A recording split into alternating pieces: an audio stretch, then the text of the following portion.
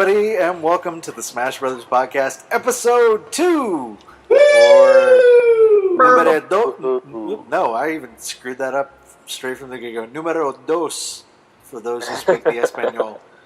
I am your host, Joseph Orlano. Joe Orlano, just call me Joe. And these are my fellow co-hosts and brothers. Brothers first, then co-host. Who are you? Chris Critter Butler. I am Toneball. And I'm Steve. And together we're the Smash Brothers. Most of us anyway. Some of us are away, but that's okay. So let's get things started off. This has been like a crazy gaming time of year. It's like there's no break anymore. You don't get a time to rest and think about all the games you're going to get later, because it's like every freaking week there's something awesome coming out. But before we get into the games, let's talk about pie. Pie? Yeah, seriously, let's just do it. Talk about pie. I love pie. So, what makes you love pie? Well, I mean, I think there's something fundamentally wrong with anybody who doesn't love pie, but we won't get into that subject. That's true. I used to hate pie, Really? but then now I love pie. Well, I'm glad you came to the light seat. I did. Steve. I did. There we go. I'll Venturing. speak. I'm working with a pie idea here. An idea, huh? Deer. Got an idea for a pie. Here. All right, And lay it A on pie us. deer? a pie deer. It's a pie deer. All right. Pie deer. And I'm going to be making a butter and honey graham cracker pie. Wait, what? Butter, honey, graham cracker pie. Butter, honey. So instead of like butter cream, you talking butter honey, or am I in? Yeah, like you ever just take a graham cracker and you put some butter on it and a little drizzle of honey, have that just like that? Fantastic. Then I was like, you know what, this would be even better? If it was pie. If it was pie. If it was pie. So I mean, how Everything's are you better make as that pie. into a pie? Oh God. I think the method that we're going to use Yep. is making your standard graham cracker crust Right. and then filling that graham cracker crust with a whipped cream and butter mixture Yeah. that has the honey in it. And we will do a refrigerator pie instead of actually baking it and having Right. the butter melt, because then it'll be an oily mess. Yeah. Okay. See? So now it's going to be like a kind of creamy, sweet, buttery, graham crackery deliciousness. That sounds freaking awesome. Yeah, I'll let you know how it turns out. Okay. Even though I feel nauseous right now for reasons unknown, that makes me very hungry. Oh yeah, it should be good. Being nauseous and hungry at the same time is that's quite a conundrum. I'm sorry. Yeah. Well, that sounds good, because sometimes pie is always great because it's light, and like cake is a little bit heavier. So Yeah, cake's heavy. Cake is serious business. Pie is like, hey, piece of pie. Hey, piece of pie. Yeah, everybody's got time for a piece of pie. Simple as pie, right? I guess Yeah, that's why simple they say as it. You know? pie. So very good. Talking about simple things and pie, let's get into the gaming talk. So we all here play World of Warcraft. Some of us a lot more than others. I know I've been guilty for taking a long sabbatical, mainly because of sabbatical, and then also all these awesome games coming out for PS3 lately. But World of Warcraft, it's going to have a patch coming up. Bum, bum, bum. Yes. What are the details of this patch? I have no idea. Yeah, neither do I. Oh, okay. So there's a patch coming out. Gonna try to schmooze it over with the gamers that are. The thing with the wow, that was an awesome stutter. The thing that I read was that there have been so many people just leaving the World of Warcraft over this past year, like since Cataclysm came out, because it has not been up to snuff, according to the players of the World of Warcraft that have, some people have died. They're so obsessed playing this game. But to answer the mass exodus as it is, Blizzard is making this patch to kind of tide people over until the Pandaria update comes out. So there's going to be some new dungeons and quests and stuff. So maybe it'll be good. I mean, what I hear about is that you got the new dungeons, you got a new set of gear that's supposed to be coming out, and I was just reading some about they're doing like I guess like a reproduction of like the original dungeon gear, like from the original release, I guess. And I mean, I don't know. I think Critter would know more about that because because that's way before my time. That's for sure. You would think that. But we shouldn't be thinking that, I guess. Okay. Well, anyway, it also involves something called Dark Moon Island, I think. It's man, this new expansion has just got me all sorts of upset. Why? Because pandas. I'm pretty sure they're going to put a Disney label on this one. Yeah, I but mean, What are you thinking? it's a straight rip-off of Kung Fu Panda. yeah, but I mean, like they always had the pandas. The panda was actually part of Warcraft 3. It was actually like an inside joke by Samwise Didier, the art director. I can't believe I know this much. But it was an inside like an April Fool's joke by Samwise Didier, and somebody saw it, and they decided to add it to the game. And so, like, the Pandaren Brewmasters were part of Warcraft 3. And I remember, like, when World of Warcraft came out, a friend of mine was talking to me, and she was saying, like, how much she hopes that they add Pandarens to the game, because it was part of the campaign at the end of Frozen Throne.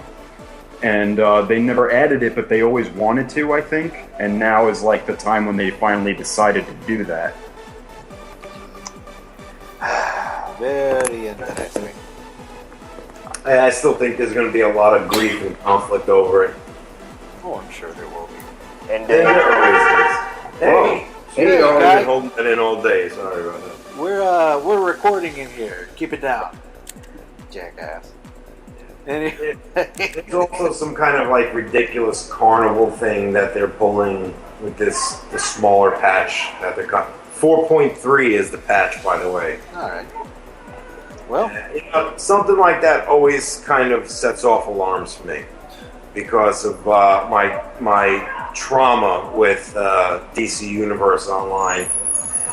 Whenever I see someone kind of introducing like some kind of seasonal patch where, you know, something is passing through town, quote unquote, it makes me nervous right off the bat. yeah, understandable. But we'll have a lot more to talk about on that once it hits and we get our mitts on it firsthand. So, in other news, the reboot of famous Eidos property Tomb Raider has received a date. So it will take place on December the 6th, which is less than a month away. So it's basically they're rebooting the entire series, and it's just going to be called Tomb Raider, and it's going to chronicle Lara Croft's very first adventure, where after this really bad storm, Lara becomes shipwrecked on a desert island. She's got to fight for her life, and it's going to be starting from scratch. So we might have a whole,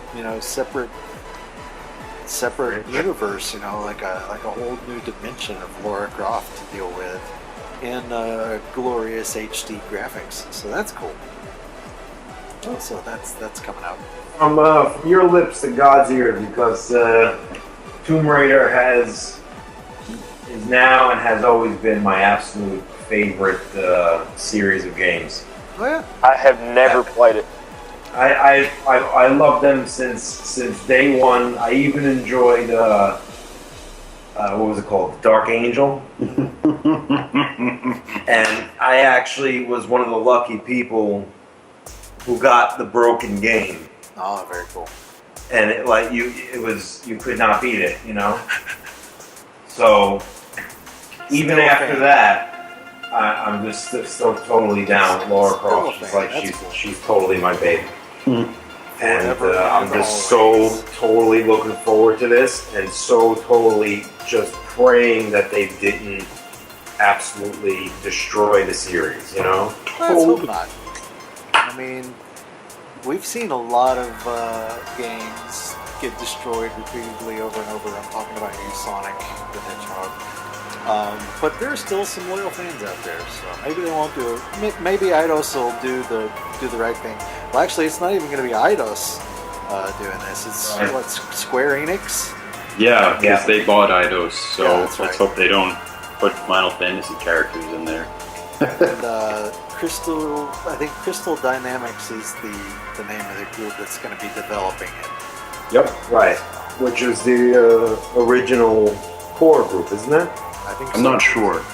I think Core made it for Eidos, and then Core started fucking up, And then they and then they gave it to them. and they gave it to Crystal Dynamics.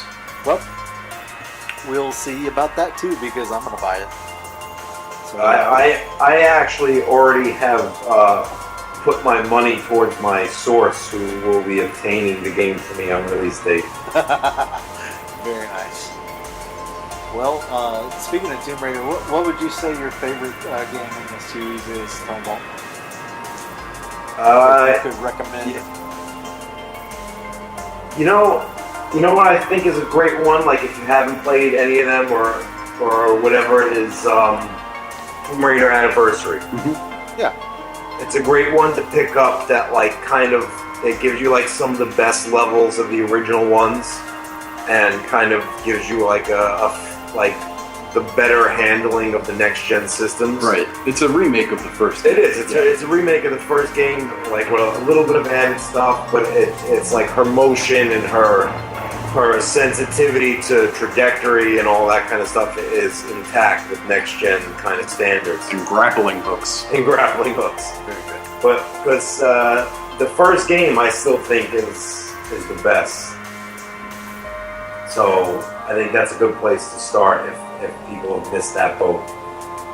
You know, there are a few games out there where you can't say start with the first game is the best way to go. I can't really think of any offhand, excuse me.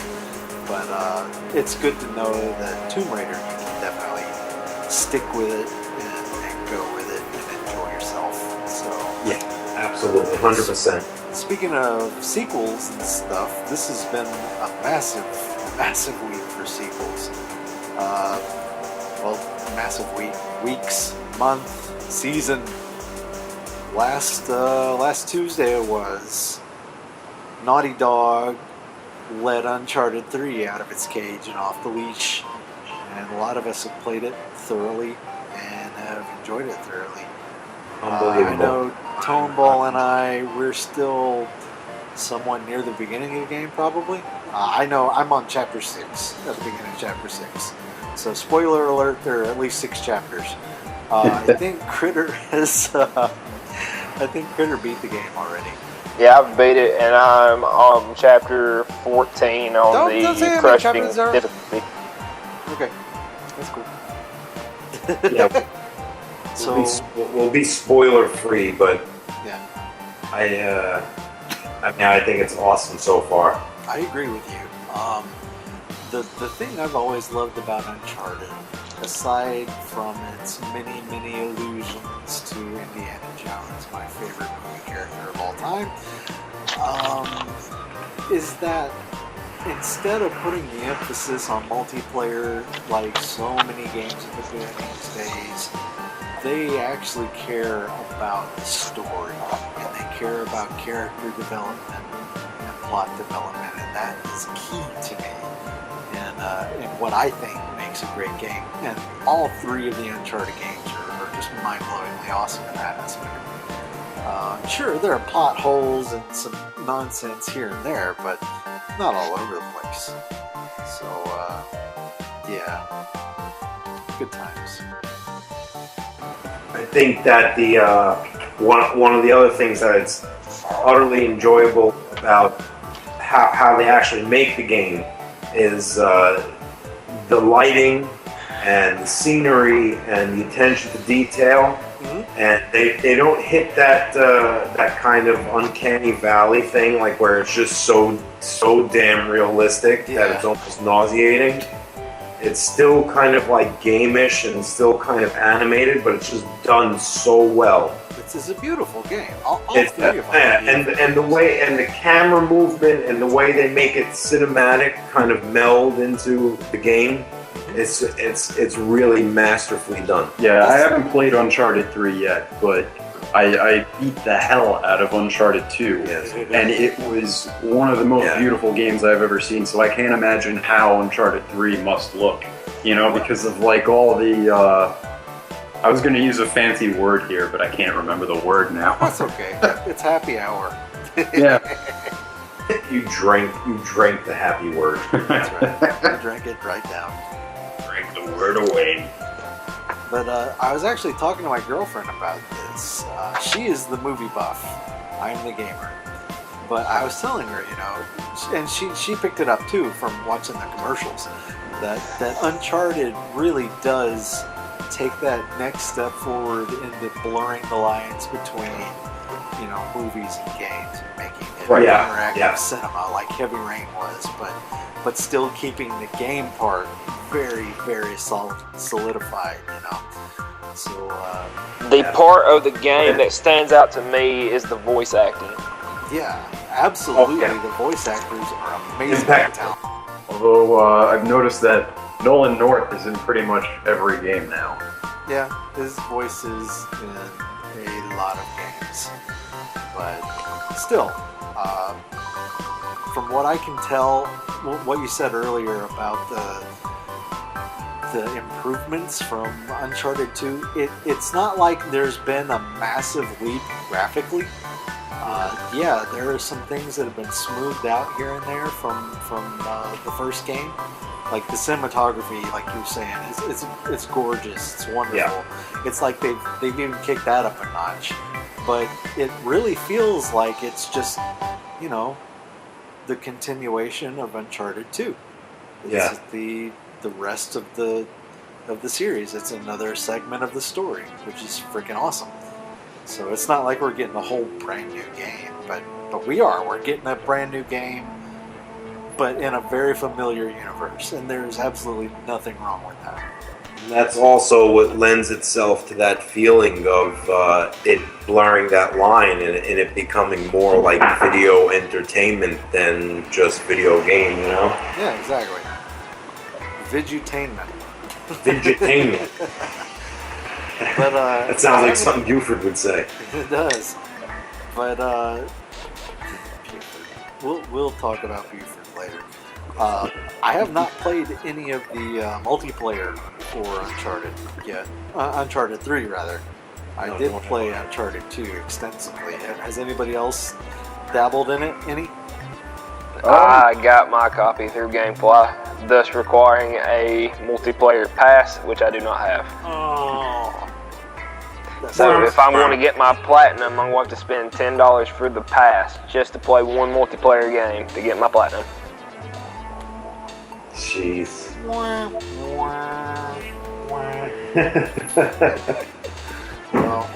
yeah, no, I haven't dabbled with that particular multiplayer, whatever you have it called. Well, as soon as I can get into it, which I will soonish, we can discuss it more in detail. But I'll tell you what I have been playing the crap out of multiplayer lately.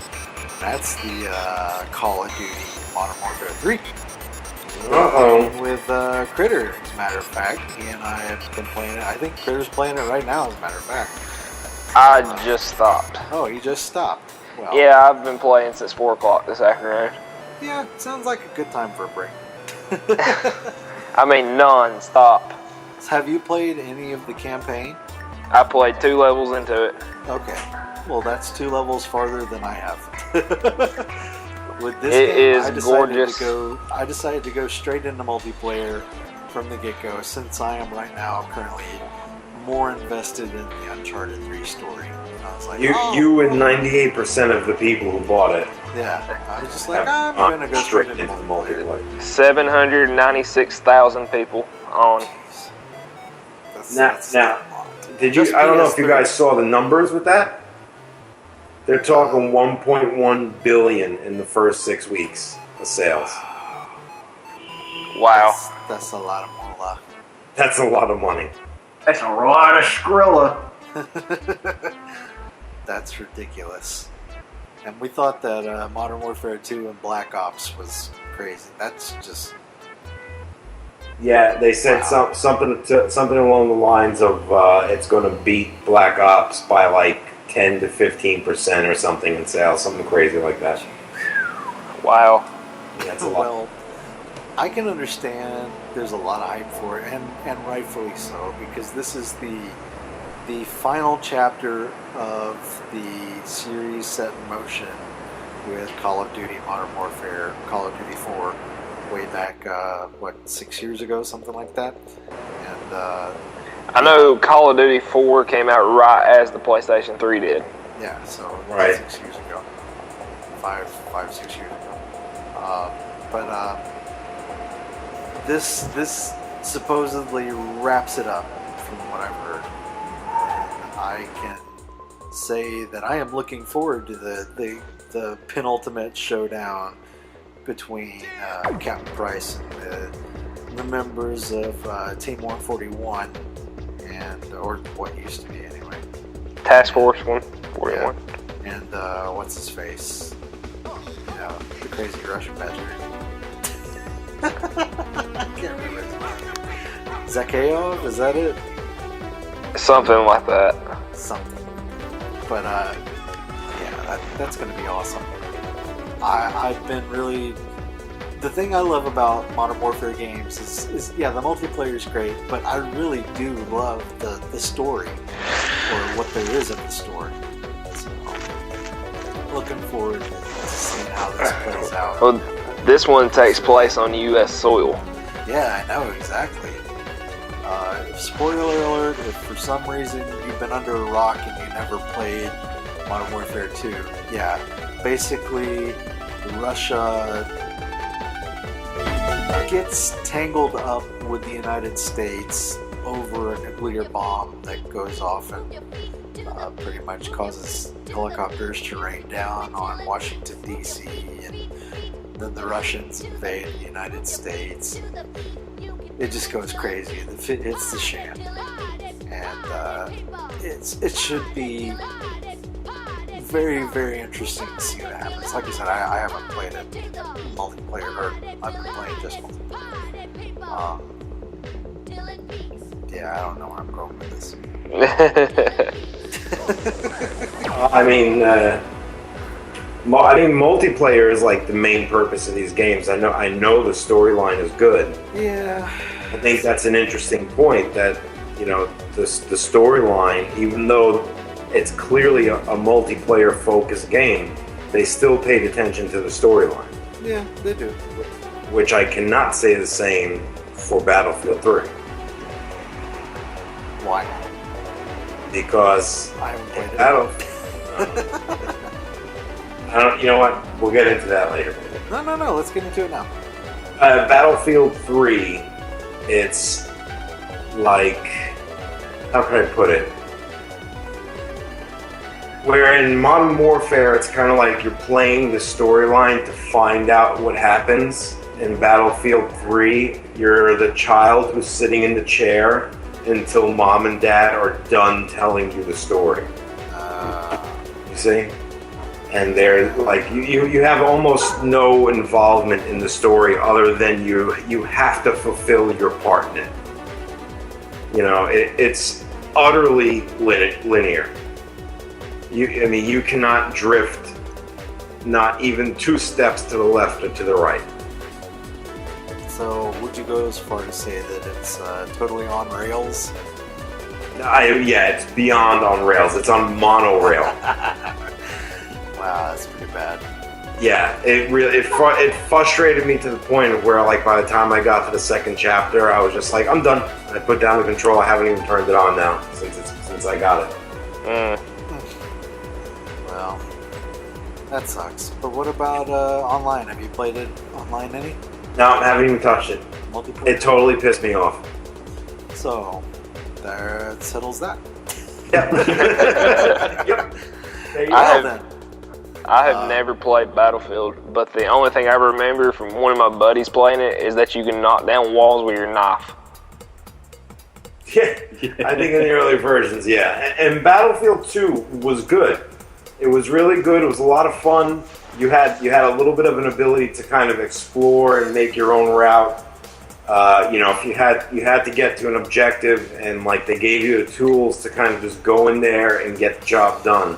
Whereas this time around, it's like, here's your pistol. You can only shoot one specific character, and don't even think about being creative because you'll die instantly. You know? No fun. Yeah, no fun. And the Battlefield 2 multiplayer, I played quite a lot of it actually, and it was very enjoyable. In fact, I liked it better than the Modern Warfare 2 multiplayer, because there was like less people playing it or whatnot, but like you had much more opportunity to like plot your path against the enemy instead of just like get in there and kill everyone you can as fast as you can, you know? Well, I'm probably gonna avoid it. I know I am. I've only played, like, I think I played Battlefield Bad Company,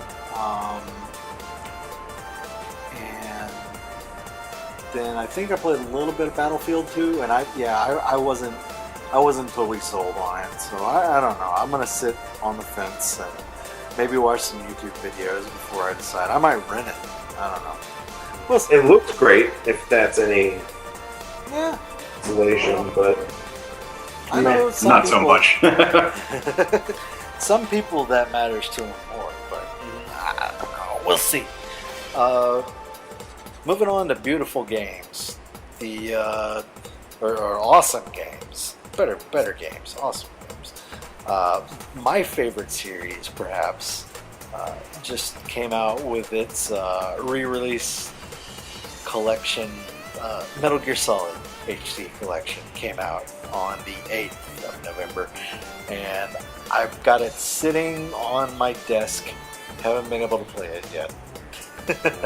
Work and everything's been too crazy, and it's been driving me nuts.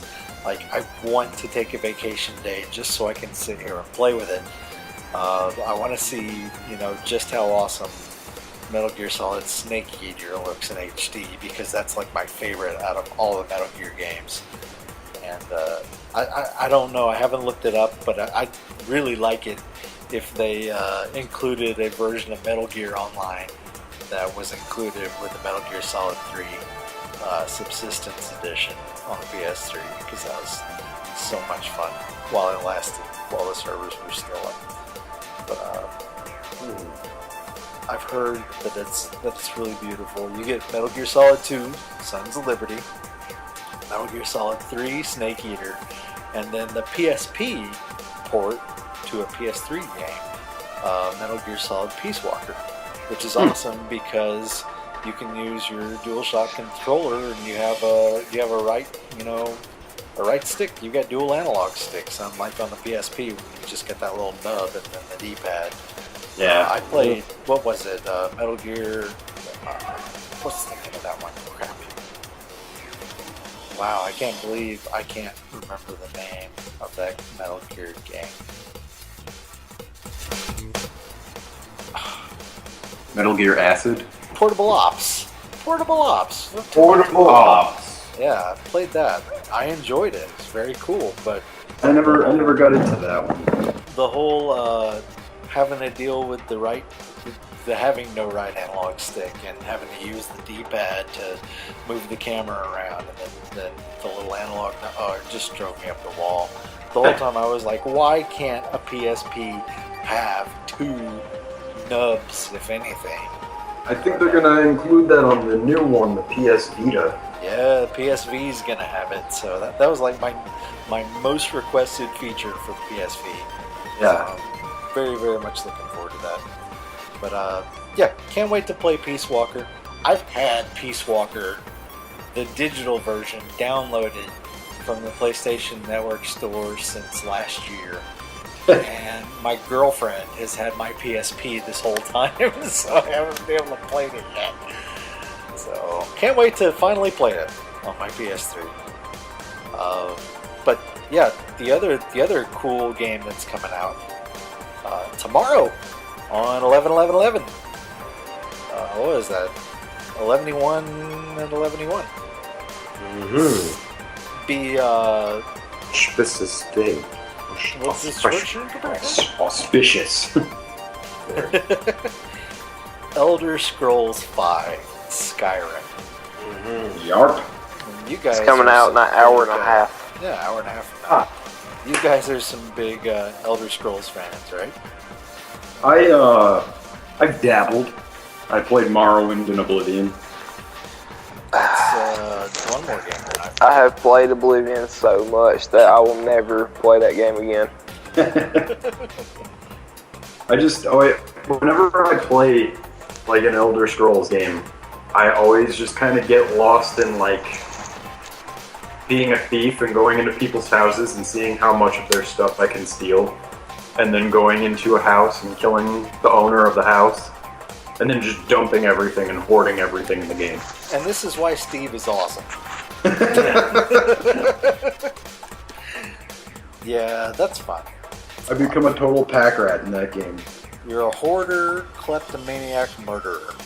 That's cool. Serial killing thief elf thing. Well, I haven't played any of them up to and including the Dragon Age, but I love Bethesda. Dragon Age? Is that what it was? Dragon not Age is by Oblivion. You're thinking, yeah. Oblivion. Yeah. And it looks fantastic. Yeah. Like, it looks utterly beautiful, this game. And I'm really looking forward to at least giving it a shot. But I think that I'm going to go for the PC version. Yeah. Way to go, usually. Because you can mod it. Because a lot of Bethesda's games come out and they're usually pretty buggy. Yeah. So then I think. people usually end up doing is they make improvements to the game. Like Oblivion had so many vast amounts of mods that most people wouldn't even consider playing the game in its original format ever again. Because there's just no reason to, because the user base has made the game infinitely better than they ever could. It's kind of like they just kind of gave them the skeleton of the game, and then basically everybody just makes it into the game they've always wanted to play. Which in itself is actually pretty cool, and it's nice to see how creative their fans can get. That is very cool. I've seen a YouTube video of this guy playing Oblivion on the PC, and he had his character dressed up like the main character from Final Fantasy VII. Yeah. With a sword and everything. And there was somebody who added a dungeon, and when you get to the end of the dungeon, there's all these spinning fans and such everywhere, kind of like in Silent Hill. When you get to the last room, there's Pyramid Head, and you can't kill him. He just chases you throughout the game as soon as you discover him. Wow. That's freaking nuts. And awesome. But nuts. I've maxed out my character on Oblivion on the PS3. I got Oblivion a funny way. My buddy Chris, not Critter, different Chris. I will never play Oblivion again. He was working for the city as a sanitation worker, and he went over to like the upscale side of town, and somebody had thrown out the PS3 version of Oblivion, and it was sitting on top of their garbage can. So Chris picked it up and he brought it over to my house and gave it to me, and the disc was in really good condition, and I was like, okay, cool. So I started playing it and maxed out my character doing just random bullcrap. All his stats are insane, like 99, crazy stuff like that. Completed all the side quests as far as I know, and like I've only got the main quest left to do, but doing everything is ridiculously easy because I'm so overpowered that I just stopped playing. Yeah, sometimes it's interest. So eventually, I think I'll go through and finally go into all the Oblivion gates and do whatever the crap it is I gotta do in there and not get hit by those stupid trees that hurt you and whatever else is messed up in there. And I never even got that far. The furthest I ever got was the Dark Brotherhood quests. oh yeah, I love doing those because those were great. yep. The one where you have to turn everybody in the house on each other and seclude them. It is awesome. And I did that. I maxed out all my rep with the Dark Brotherhood and also the Gray Fox quests. And yeah, it's crazy. It's a good game. I plan on going back to it. So we'll see if I pick up Skyrim. I don't know. They said that they're going to put the Dark Brotherhood back in Skyrim too, so that should be very interesting. And I think they're going to have like more of a prominent role in the game. Maybe not so much in the main storyline, but they might have like a longer quest line. Because I remember it was pretty short in Oblivion. The timeline is supposed to be 200 years after Oblivion. Okay. Well, we'll see. Maybe. I think I may go pick it up tomorrow. Yeah. Sounds Tell me interesting. about it, or I'll come over and check it out. I don't know. I've kind of got a love-hate relationship with Bethesda. Yeah, Oblivion's cool. We all love to hate them. Love to hate it. I played Fallout 3. I really Loved it. liked that game. It was very awesome. And I was excited to play Fallout New Vegas. But the game eventually nearly killed my PS3. Like, I was near the end of the game, and all of a sudden, I get this, the screen just like flickered black on me, and it said, game data corrupted, please quit and restart the game. So, Oh my god. yeah, so I did that, and I kept doing it over and over again. And like, I would be able to go just a little bit further in each quest before it would do it. And sometimes it would be like I'd be able to play for 30 minutes and then it would do it. One weekend it was like 64 different times that the game crashed on me, and nearly, well, it pretty much did kill my PS3. I had, well, the hard drive anyway. That's when I had to swap out the hard drive because I couldn't play any disc-based games after that. So yeah, kind of still angry and shaking my fists at Bethesda on that one. I sold my copy of New Vegas, and that's sad because I really loved New Vegas when it worked. Leave it to Bethesda. Yeah, leave it to Bethesda. So, yeah, we'll see. Might get Skyrim. Maybe they fixed it. But, The one thing that I'm at least hoping for is that the animations are better, because I remember like Fallout 3 and Fallout New Vegas. It was all the same animations from Morrowind. You know, so like, I mean, like the games look great, but it was just kind of like, like really? Like you can't get that right. You can't get the dogs right. The dogs. The dogs. well, I don't know about dogs so much as I know about Grand Theft Auto because, you know, I drive around in other people's cars that I steal all the time. No, seriously, Grand Theft Auto 5. It's been announced that it's in development. We might not see it for 2 years, but it's in development. And there's a super sexy trailer out on YouTube, released straight from Rockstar, that shows what can only be known as San Andreas, if you're familiar with the games at all. But we're not dealing with CJ this time. We get this narration from a guy that kind of sounds a little New Yorkese, maybe. I don't know. You guys are New Yorkers. What do you think? Yeah, I agree. I think he's a familiar face. I think so too. I think that you called it, and I think I agree with you on who it is. Yeah, Tommy Vercetti. I think, Tommy Vercetti from Grand Theft Auto Vice City. Yep. It has to be. Originally played by the invincible Ray Liotta. Invincible Ray Liotta. The guy is talking about finally growing up and maturing and moving out west and maybe starting a family and all this crap. But yeah, he's a criminal. It's not going to happen. It's a Grand Theft Auto game. That'd be boring.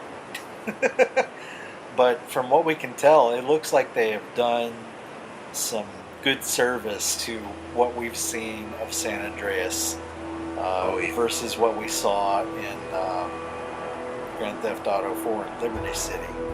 And it looks like they paid some serious attention to the cars too.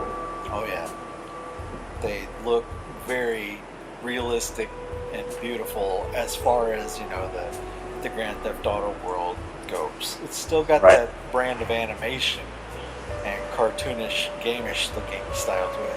But that's kind of like Rockstar's kind of thing, Yeah. So, any other thoughts on that? Excited?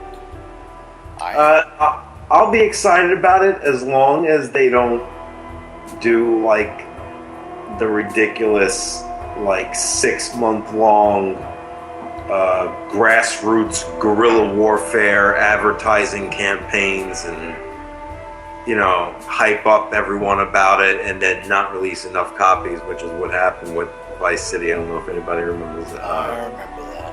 Remembers that, Very frustrating. Yeah, it was frustrating as heck, and I remember actually being addicted enough and stupid enough and young enough to actually pay some guy in a store $75 for it because he had a few extra, and he was, of course, in times of war, raising the price of milk. Well, it was a good game, at least. It was.